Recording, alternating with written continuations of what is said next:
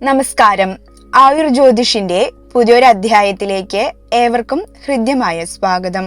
ഇന്നത്തെ വീഡിയോയിൽ മാർച്ച് 15 മുതൽ ഏപ്രിൽ 14 വരെയുള്ള മീനമാസത്തിൽ ധനുക്കൂറുകാരായ മൂലം, പൂരാടം, ഉത്രാടം, ആദ്യപാദത്തിൽ ജനിച്ചവർക്ക് ഉണ്ടാകാവുന്ന ജ്യോതിഷ ഫലങ്ങളെ പറ്റിയാണ് പറയുന്നത്. വീഡിയോയിൽ ആദ്യം മീനമാസത്തിലെ ഗ്രഹനില പരിശോധിക്കാം. മീനമാസത്തിൽ ധനുക്കൂറുകാർക്ക് സൂര്യനും ശനിയും 4-ാം ഭാവത്തിലും, ശുക്രൻ 4, 5 ഭാവങ്ങളിലും, ചൊവ്വയും ബുധനും 3, 4 ഭാവങ്ങളിലും, രാഹു 3-ലും, കേതു 9-ലും, വ്യാഴം വിവാഹസ്ഥാനത്തും സ്ഥിതി ചെയ്യുന്നു. ധനുക്കൂറുകാർക്ക് മീനമാസത്തിന്റെ ആദ്യ പകുതി ഗുണദോഷ സമ്മിശ്രവും 2-ാം പകുതി ഗുണപ്രദവുമായിരിക്കും. ഇവർക്ക് നിലവിൽ സൂര്യൻ 4-ാം ഭാവത്തിൽ നിൽക്കുന്നു. 4-ാം ഭാവം ഗൃഹത്തിന്റെ സ്ഥാനമായതിനാൽ വീട് നവീകരിക്കാനോ ഭൂമി സംബന്ധമായ രേഖകൾ ശരിയാക്കാനോ ഉള്ള ശ്രമങ്ങൾ ഈ സമയത്ത് നടത്തും. നിർമ്മാണ സംബന്ധിയായി സർക്കാർ തലത്തിൽ നിന്ന് ലഭിക്കേണ്ട അനുമതികൾക്കായി ഈ കാലയളവ് ഉപയോഗിക്കാം. പൊതുപ്രവർത്തനവുമായി ബന്ധപ്പെട്ട് സമൂഹത്തിൽ നിങ്ങളുടെ നിലപാടുകൾ ശ്രദ്ധിക്കപ്പെടും. മീനമാസത്തിൽ ചില ഉത്തരവാദിത്തങ്ങൾ ഏറ്റെടുക്കാൻ നിങ്ങൾ നിർബന്ധിതരാകും. അത് ഭാവിയിൽ ഗുണകരമാകും.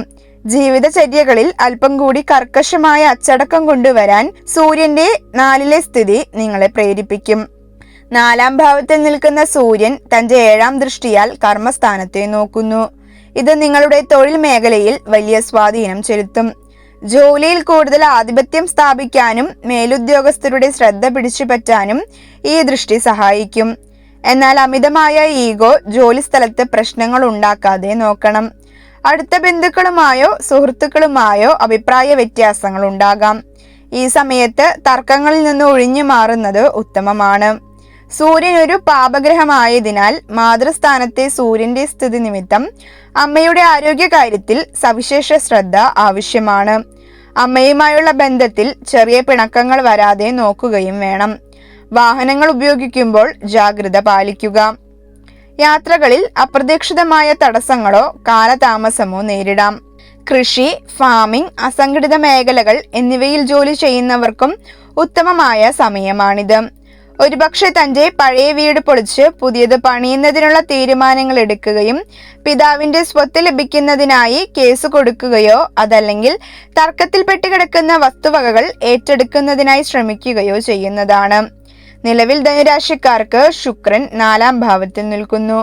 4-ാം ഭാവത്തിലെ ശുക്രന്റെ സ്ഥിതി ഇവർക്ക് ഏറ്റവും അനുയോജ്യമാണ്. കുടുംബത്തിൽ സന്തോഷവും സമാധാനവും നിലനിൽക്കുന്ന കാലഘട്ടമാണിത്. വീട്ടിലെ അന്തരീക്ഷം ഊഷ്മളമായിരിക്കും. മാതാവിൽ നിന്ന് സ്നേഹവും സഹായങ്ങളും ലഭിക്കാനിടയാകും. പുതിയ വാഹനം വാങ്ങാനോ പഴയത് മാറ്റി പുതിയത് വാങ്ങാനോ ആഗ്രഹിക്കുന്നവർക്ക് ഈ സമയം അനുകൂലമാണ്. 4-ാം ഭാവം ഗൃഹത്തിന്റെ സ്ഥാനമായതിനാൽ ഇവർക്ക് പുതിയ വീട് പണിയുന്നതിനായി സാധിക്കുന്ന ഒരു സമയമാണിത്. മാത്രമല്ല വീട് പുതുക്കി പണിയുന്നതിനും അലങ്കരിക്കുന്നതിനും പണം ചിലവഴിക്കും. ഭൂമി സംബന്ധമായ ഇടപാടുകളിൽ നിന്നും ലാഭം പ്രതീക്ഷിക്കാം. വീട്ടിലേക്ക് ആവശ്യമായ വിലപിടിപ്പുള്ള ഇലക്ട്രോണിക് സാധനങ്ങളോ ഫർണിച്ചറുകളോ ഈ സമയത്ത് ലഭിക്കാൻ സാധ്യതയുണ്ട്. ജീവിത നിലവാരത്തിൽ പെട്ടെന്നുള്ളൊരു പുരോഗതി അനുഭവപ്പെടും. മാർച്ച് 26-നുള്ളിൽ വിരുന്നുകാരോ പ്രിയപ്പെട്ട ബന്ധുക്കളോ വീട്ടിൽ വരാനും ഒത്തുകൂടലുകൾ നടത്താനും സാധ്യതയുണ്ട്. സുഹൃത്തുക്കളോടൊപ്പം ആനന്ദകരമായി സമയം ചിലവഴിക്കാൻ സാധിക്കും. എന്നാൽ വീട് മോടി പിടിപ്പിക്കാനും മറ്റും പരിധിയിൽ കൂടുതൽ പണം ചിലവഴിക്കാൻ സാധ്യതയുണ്ട്. ഇത് സാമ്പത്തിക ഭദ്രതയെ ബാധിക്കാതെ നോക്കണം. സുഖസൗകര്യങ്ങൾ വർദ്ധിക്കുന്നത് കാരണം ജോലിയിൽ അല്പം മടി തോന്നാം. കഠിനാധ്വാനം ചെയ്യേണ്ട ഘട്ടങ്ങളിൽ പിന്നോട്ടു പോകാൻ കുംഭമാസത്തിൽ പ്രവണതയുണ്ടാകും. 4-ാം ഭാവത്തിൽ നിൽക്കുന്ന ശുക്രൻ തന്റെ 7-ാം ദൃഷ്ടിയാൽ കർമ്മസ്ഥാനത്തെ നോക്കുന്നു. ഇത് നിങ്ങളുടെ ജോലി സ്ഥലത്ത് വലിയ ഗുണങ്ങൾ നൽകും.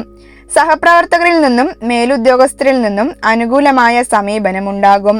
ജോലിയിൽ കലാപരമായ സർഗാത്മകത കൊണ്ടുവരാൻ നിങ്ങളെ ശുക്രന്റെ സ്ഥിതി സഹായിക്കും. ഇവർ പഠിച്ച വിഷയത്തിൽ തന്നെ വിദേശത്തോ അല്ലെങ്കിൽ തന്നെ നാട്ടിലോ മികച്ച തൊഴിൽ ലഭിക്കുന്നതിനും സമയം അനുകൂലമാണ്. 4-ാം ഭാവത്തിൽ സഞ്ചരിച്ചു കൊണ്ടിരിക്കുന്ന ശുക്രൻ മാർച്ച് 26-ാം തീയതി 5-ാം ഭാവത്തിലേക്ക് സഞ്ചരിക്കുന്നു. ലക്ഷ്മി സ്ഥാനത്ത് ശുക്രൻ പ്രവേശിച്ച ശേഷം ഇവർക്ക് ഏറെ ഐശ്വര്യങ്ങൾ ലഭിക്കാൻ ഇടയാകുന്നതാണ്. ഈ കാലഘട്ടത്തിൽ ഇവർ അത്യധികമായ ബുദ്ധി സാമർഥ്യം പ്രകടിപ്പിക്കും. പരീക്ഷകളിലും മത്സരങ്ങളിലും മികച്ച വിജയം കൈവരിക്കാൻ വിദ്യാർത്ഥികൾക്ക് സാധിക്കും. മുൻകൂട്ടി പ്ലാൻ ചെയ്യുന്ന കാര്യങ്ങൾ വിജയത്തിലെത്തും.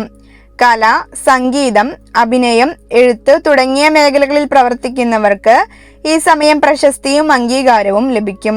ഭാവനകൾ വർദ്ധിക്കുകയും പുതിയ സൃഷ്ടികൾക്ക് തുടക്കം കുറിക്കാൻ സാധിക്കുന്നതുമാണ്. പ്രണയബന്ധങ്ങളിൽ ഏർപ്പെട്ടിരിക്കുന്നവർക്ക് ഈ കാലയളവ് അതീവ സന്തോഷകരമായിരിക്കും. വിവാഹം ആഗ്രഹിക്കുന്നവർക്ക് അനുകൂലമായ ആലോചനകൾ വരാനും ബന്ധങ്ങൾ ദൃഢമാകാനും സാധ്യതയുണ്ട്. 5ാം ഭാവം പുത്രസ്ഥാനമായതിനാൽ കുട്ടികളില്ലാത്ത ദമ്പതികൾക്ക് സന്താന ഭാഗ്യത്തിന് സാധ്യതയുള്ള സമയമാണിത്. കുട്ടികളുടെ പഠനത്തിലോ തൊഴിലിലോ ഉള്ള പുരോഗതി മാതാപിതാക്കൾക്ക് സന്തോഷം നൽകും. ആത്മീയമായ കാര്യങ്ങളിൽ താല്പര്യം വർദ്ധിക്കും. തീർത്ഥാടനങ്ങൾ നടത്താനോ പുണ്യകർമ്മങ്ങളിൽ ഏർപ്പെടാനോ ഈ സമയം സഹായിക്കും. വിനോദങ്ങൾക്കും ആഡംബരങ്ങൾക്കുമായി മാർച്ച് 26 വരെയുള്ള സമയത്ത് പണം അമിതമായി ചിലവാക്കാൻ പ്രവണതയുണ്ടാകും. അതിനാൽ സാമ്പത്തിക അച്ചടക്കം പാലിക്കുന്നത് വളരെ നല്ലതാണ്. മാത്രമല്ല, അമിതമായ വൈകാരികത ബന്ധങ്ങളിൽ ചിലപ്പോൾ ചെറിയ പിരിമുറുക്കങ്ങൾക്ക് കാരണമാക്കിയേക്കാം. 5ാം ഭാവത്തിൽ നിൽക്കുന്ന ശുക്രൻ തന്റെ 7ാം ദൃഷ്ടിയാൽ ലാഭസ്ഥാനത്തെ നോക്കുന്നു. ഇത് ലോട്ടറി, സ്റ്റോക്ക് മാർക്കറ്റ് മുതലായ അപ്രതീക്ഷിത ധനലാഭത്തിനും ആഗ്രഹിച്ച കാര്യങ്ങൾ നേടിയെടുക്കാനും വലിയ തോതിൽ സഹായിക്കും. സുഹൃത്തുക്കളിൽ നിന്നും, പ്രത്യേകിച്ച് സ്ത്രീ സുഹൃത്തുക്കളിൽ നിന്നും വലിയ പിന്തുണ ഈ സമയത്ത് ലഭിക്കും. രാഷ്ട്രീയ രംഗത്ത് പ്രവർത്തിക്കുന്നവർക്ക് തന്റെ കർമ്മമണ്ഡലത്തിൽ ഉയർച്ചയുണ്ടാകുന്നതിനും തന്റെ പ്രവർത്തികൾക്കെല്ലാം അതിനൊത്ത ഫലം ലഭിക്കുന്നതിനും ഈ സമയം ഇടയാകും. നിലവിൽ ധനുക്കൂറുകാർക്ക് ബുധൻ 3ാം ഭാവത്തിൽ സ്ഥിതി ചെയ്യുന്നതിനാൽ പുതിയ വ്യക്തികളുമായി സൗഹൃദത്തിലാകാനും അവർ വഴി ജീവിതത്തിൽ ഗുണകരമായ മാറ്റങ്ങൾ കൊണ്ടുവരാനും സാധിക്കും. അയൽവാസികളുമായി നല്ല ബന്ധം പുലർത്താൻ കഴിയുകയും ചെയ്യും. വിനോദത്തിനോ ബിസിനസ് ആവശ്യങ്ങൾക്കോ വേണ്ടിയുള്ള ചെറിയ യാത്രകൾ ഈ സമയത്ത് വർദ്ധിക്കും. ഈ യാത്രകൾ വഴി മാനസിക ഉല്ലാസവും നേട്ടങ്ങളും ഉണ്ടാകും. ബുധന്റെ 3ലെ സ്ഥിതി നിമിത്തം സഹോദരങ്ങളിൽ നിന്നോ സഹോദര തുല്യരായ വ്യക്തികളിൽ നിന്നോ സഹായ സഹകരണങ്ങൾ ലഭിക്കാനും ഇടയായേക്കും. ഇവർക്ക് മീനമാസത്തിൽ ബുദ്ധിപരമായ തീരുമാനങ്ങൾ എടുക്കാനുള്ള ധൈര്യം വർദ്ധിക്കും. പ്രതിസന്ധികളെ ബുദ്ധിപൂർവ്വം നേരിടാനുള്ള കഴിവും വർദ്ധിക്കും. 3ാം ഭാവത്തിലെ ബുധൻ തന്റെ 7ാം ദൃഷ്ടിയാൽ 9ാം ഭാവത്തെ നോക്കുന്നു. ഇത് പിതാവുമായുള്ള ആശയവിനിമയം മെച്ചപ്പെടുത്താനും ആത്മീയമായ അറിവുകൾ സമ്പാദിക്കാനും സഹായിക്കും. ഭാഗ്യത്തെക്കാൾ ഉപരി സ്വന്തം പരിശ്രമത്തിലൂടെ നേട്ടങ്ങൾ ഉണ്ടാക്കാൻ ഈ ദൃഷ്ടി പ്രേരിപ്പിക്കും. 3ാം ഭാവത്തിലെ സ്ഥിതി നിമിത്തം ബിസിനസ് പരമായി കൂടുതൽ പണം ഇൻവെസ്റ്റ് ചെയ്യുന്നത് ഏപ്രിൽ 11 വരെയുള്ള കാലഘട്ടത്തിൽ ഒഴിവാക്കുന്നതായിരിക്കും നല്ലത്. ധനുക്കൂറുകാർക്ക് ഏപ്രിൽ 11-ാം തീയതി ബുധൻ 4ാം ഭാവത്തിലേക്ക് സഞ്ചരിക്കുന്നു.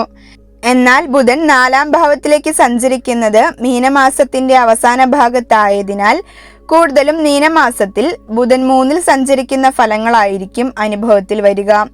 എന്നിരുന്നാലും രാശിമാറ്റ ശേഷം ബിസിനസ്, വിദ്യാഭ്യാസം മുതലായ മേഖലകളിൽ പ്രവർത്തിക്കുന്നവർക്ക് നല്ല രീതിയിലുള്ള ധനലാഭവും മെച്ചപ്പെട്ട അവസരങ്ങളും ലഭിക്കാൻ ഇടയാകും. കുടുംബാംഗങ്ങളുമായി വളരെ സന്തോഷകരമായ അന്തരീക്ഷം നിലനിൽക്കും. വിശേഷിച്ച് മാതാവിൽ നിന്നോ മാതൃവീട്ടുകാരുടെ ഭാഗത്തു നിന്നോ സ്നേഹവും സഹായ സഹകരണങ്ങളും ലഭിക്കും. വീട്ടിലെല്ലാവരോടും വളരെ യുക്തിപരമായും സ്നേഹത്തോടെയും സംസാരിക്കാൻ നിങ്ങൾക്ക് സാധിക്കും. ശുക്രന്റെ സ്ഥിതിയും അനുകൂലമായതിനാൽ മനസ്സിലെ ആശയക്കുഴപ്പങ്ങൾ മാറി കാര്യങ്ങളെ വ്യക്തതയോടെ കാണാൻ സാധിക്കും. ധനുക്കൂറുകാർക്ക് നിലവിൽ ചൊവ്വ 3ാം ഭാവത്തിൽ നിൽക്കുന്നു. അതിനാൽ തന്നെ ഗ്രഹനില കൂടി യോജിച്ചു വരികയാണെങ്കിൽ ശത്രുക്കളോ കള്ളന്മാരോ കുട്ടികളോ നിമിത്തം ഇവർക്ക് പല വിധേനയുള്ള ദ്രവ്യലാഭം ഉണ്ടായേക്കും. പോലീസ്, പട്ടാളം മുതലായ ക്ഷത്രിയ ജോലികൾ ചെയ്യുന്നവർക്ക് ജോലിയിൽ പ്രമോഷൻ, ശമ്പള വർധനവ് മുതലായവ ഉണ്ടാകുന്നതാണ്. ഉപാസന, ചികിത്സ എന്നിവയുടെ ഫലമായി തന്റെ ഓജസ്സും ആരോഗ്യവും കൂടി വരുന്നതായി അനുഭവപ്പെടും. ഇവർക്ക് മീനമാസത്തിന്റെ ആദ്യ ഭാഗത്ത് നിയമേന ശത്രുശല്യം വളരെയധികം കുറയുന്നതാണ്. കൂടാതെ രക്തസംബന്ധിയായി അസുഖങ്ങളെല്ലാം ഉണ്ടായിരുന്നവർക്ക് അതിൽ നിന്നെല്ലാം മോചനം ലഭിക്കുകയും പല രീതിയിലുള്ള ദ്രവ്യലാഭം ലഭിക്കുന്നതിനും ഇടയാകുന്നതാണ്. മീനമാസം ഭാര്യ സ്വത്ത് കൈവശം വരുന്നതിനും അതല്ലെങ്കിൽ ഭാര്യയുടെ പേരിൽ സ്വത്ത് വാങ്ങുന്നതിനും ഇടയാകുന്നതാണ്. എന്നാൽ വിദേശത്തുള്ള അനിയന്റെയോ ബന്ധുക്കളുടെയോ സഹായം ലഭിക്കുന്നതിനും വീട് പണിയാനുള്ള ആവശ്യത്തിലേക്കായി ഭൂമിക്ക് അഡ്വാൻസ് കൊടുക്കുന്നതിനോ ലോൺ ശരിയാക്കുന്നതിനോ സാധിക്കുന്നതുമാണ്. വിദേശത്തു നിന്നും മക്കൾ പണം അയക്കുന്നതിനോ മക്കൾക്ക് പുതിയ ജോലി ലഭിച്ച് വീട്ടിലെ സാമ്പത്തിക ഭാരം ഏറ്റെടുക്കുന്നതിനോ സാധ്യതയുണ്ട്. ധനുക്കൂറുകാർക്ക് ഏപ്രിൽ 2-ാം തീയതിയോടുകൂടി ചൊവ്വ 4-ാം ഭാവത്തിലേക്കാണ് സഞ്ചരിക്കുന്നത്. ഇത് ഗുണദോഷ സമ്മിശ്രമാണ്. വസ്തുവകകൾ വാങ്ങാനോ വിൽക്കാനോ ഉള്ള കഠിനമായ ശ്രമങ്ങൾ ഈ സമയത്ത് ഫലം കണ്ടേക്കാം. തടസ്സപ്പെട്ട് കിടന്ന ഭൂമി ഇടപാടുകളിൽ പെട്ടെന്ന് തീരുമാനമുണ്ടാകും. വീട് നവീകരിക്കാനോ പ്ലംബിംഗ്, ഇലക്ട്രിക് ജോലികൾ പൂർത്തിയാക്കാനോ ഈ സമയം ഇടയാകും. മടിച്ചു നിന്ന കാര്യങ്ങൾ വേഗത്തിൽ ചെയ്ത് തീർക്കാൻ കുംഭമാസത്തിൽ സാധിക്കും. സാങ്കേതിക വിദ്യയിലോ യന്ത്രങ്ങളുമായി ബന്ധപ്പെട്ട കാര്യങ്ങളിലോ പുതിയ അറിവുകൾ നേടാൻ ഈ സമയം വളരെ അനുകൂലമാണ്. ചൊവ്വയുടെ തീക്ഷ്ണത കാരണം കാരണമില്ലാത്ത ദേഷ്യമോ വെപ്രാളമോ അനുഭവപ്പെടാം. സമാധാനമായി ഒരിടത്ത് ഇരിക്കാൻ കഴിയാത്ത അവസ്ഥ ഉണ്ടായേക്കാം. വീട്ടിൽ ചെറിയ കാര്യങ്ങൾക്ക് പോലും തർക്കങ്ങളും വാഗ്വാദങ്ങളും ഉണ്ടാകാൻ സാധ്യതയുണ്ട്.